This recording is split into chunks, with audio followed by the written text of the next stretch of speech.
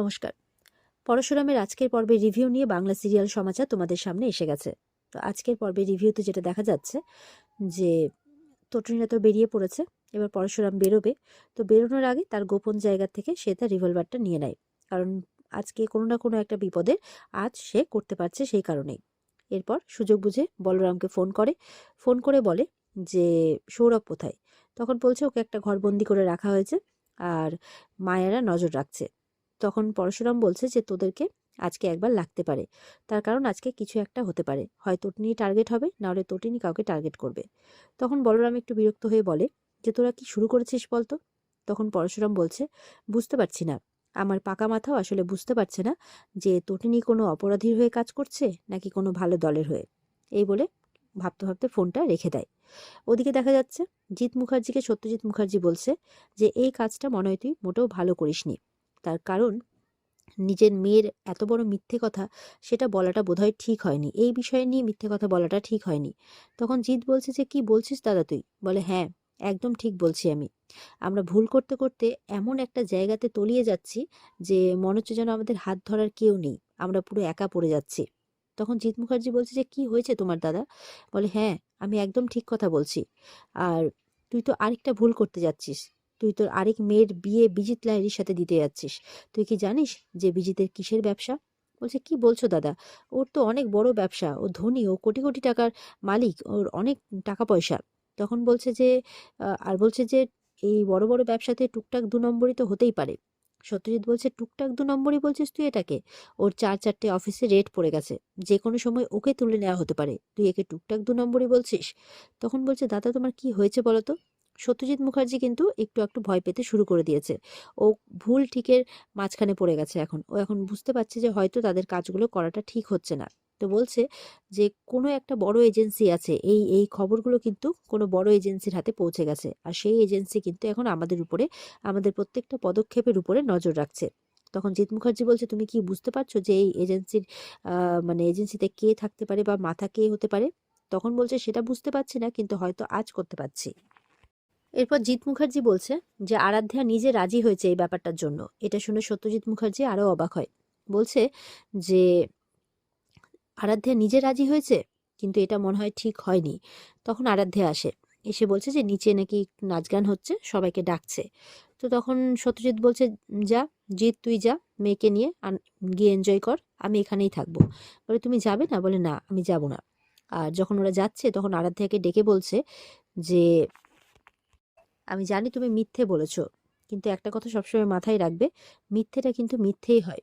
আরাধ্যা বলছে সরি জেঠু, আমি বলতে চাইনি, কিন্তু আমি কবিরকে সত্যি খুব ভালোবাসি, আর তার জন্য আমি সব কিছু করতে রাজি আছি। তবে আমি ছোটদি ভাই বড়দি ভাই সবাইকে ঠকিয়েছি, এমনকি আমার পরিবারের লোকজন, আমার মাকে পর্যন্ত ঠকিয়েছি। তার জন্য সরি, আমার কিচ্ছু করার ছিল না, এরকমটা বলছে। এরপর তো আরাধ্যারা চলে যায় নিচে।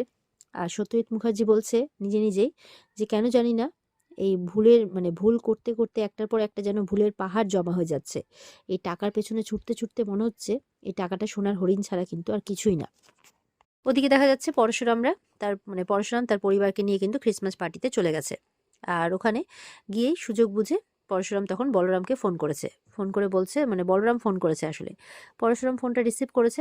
তো বলরাম বলছে 4 জন আননোন পার্সনকে দেখা গেছে, তারা কিন্তু গান নিয়ে ঢুকে পড়েছে।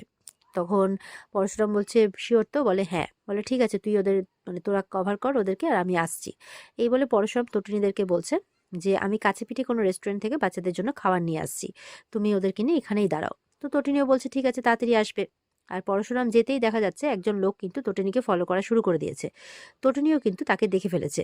আর দেখে ফেলতেই সে যখন গানটা তটিনীর দিকে তাক করেছে, তখন তটিনী কিন্তু সুযোগ বুঝে সেখান থেকে সরে গেছে। আর সেই গুন্ডাটা কিন্তু আর দেখতে পাচ্ছে না। তো এবার তটিনীকে তো খুঁজে পাচ্ছে না গুন্ডাটা। দেখা যাচ্ছে কিছুক্ষণ পরে পেছন থেকে এসে তটিনী গুন্ডাটাকে একদম মেরে দেয়। আরো গুন্ডা ঘিরে ধরেছে। তটিনী তো একদম সেই ফাইট করেছে, এর আগে যতটা না ফাইট করতে দেখা গেছিল তার 4 গুণ বেশি ফাইট করছে, যেন তার সাথে কেউ পারবেই না, বিশাল একটা বড় মাপের কেউ একজন তটিনী, এরকমই মনে হচ্ছে দেখে। তো প্রত্যেকটা ব্যাপারতে যেন লাট্টুরই চোখে পড়ে। পিকো কিন্তু নিজের জিনিস কিনতেই ব্যস্ত, লাট্টু কিন্তু দেখে ফেলেছে আর হাঁ হয়ে তার মাকে দেখতেই আছে। এর আগেও যত মারামারি করার লাট্টুরই চোখে পড়ে সবকিছু। এরপর ওদেরকে তো তটিনী মেরে দেয়। পেছন থেকে একটা গুন্ডা কিন্তু তাকে তাক করেছে, তাকে গান ধরেছে তার মাথার পেছনে। আর তটিনী তো পেছন দিক করে আছে। কিছুক্ষণ মধ্যে দেখা যাচ্ছে গুন্ডাটাকে কেউ একজন পেছন থেকে গুলি করে দেয়। তটিনী পেছন ঘুরে দেখে কি ব্যাপার, একে গুলি কে করলো। এবার গুন্ডাটা তো মাটিতে লুটিয়ে পড়ে। এবার পরশুরাম কিন্তু স্যান্টা সেজে এসেছে। তো স্যান্টা সেজে এসে তটিনীকে, মানে তখন তো লোকজন গুলির আওয়াজ শুনে পালাচ্ছে, আর ও কিন্তু স্যান্টা সেজে এসে তটিনীকে কভার করছে যাতে তটিনী ওই গুন্ডাটাকে না দেখতে পায়। আর সেই সুযোগে বলরাম গুন্ডাটাকে টানতে টানতে সেখান থেকে নিয়ে চলে যায়। এরপরে যখন পরশুরাম সামনে থেকে সরে যায়, তখন দেখছে সেখানে আর গুন্ডাটা নেই। তটিনী তো অবাক হয়ে যায়, বাচ্চাগুলোকে জিজ্ঞাসা করছে তোদের পা কোথায়, বলে পা তো রেস্টুরেন্টে গেল নাকি। তখন তটিনী বলছে দাঁড়া একটু। এই বলে তটিনী ফোন করে তার স্যারকে ইনফর্ম করে দেয় যে স্যার আমাকে কিছুক্ষণ আগে কিছু লোক অ্যাটাক করেছিল, তো একটু দেখুন প্লিজ। এই বলে ফোনটা রাখে। ওদিকে পরশুরাম স্যান্টার বেসটা ছাড়ছে, মানে পোশাকটা খুলছে আর কি। এরপর তটিনী বাচ্চাদেরকে বলছে চলো এখান থেকে চলো। তো বাচ্চারা বলছে, মানে লাট্টু আর কি, যে মামি তুমি কি কারোর সাথে ফাইট করছিলে। বলে কি বলছো তুমি এগুলো উল্টোপাল্টা কথা লাট্টু। বলে হ্যাঁ আমার মনে হলো। বলে না, একদম না, আমি কারোর সাথে ফাইট করতে পারি। এই তুমি না কার্টুন দেখা বন্ধ করো, সবসময় গোলাগুলি চলছে, এই ফাইট করছে, এইসব দেখা বন্ধ করো, আর চলো এখন এখান থেকে বেরোতে হবে। লাট্টু তো অবাক হয়ে মায়ের দিকে তাকিয়ে আছে।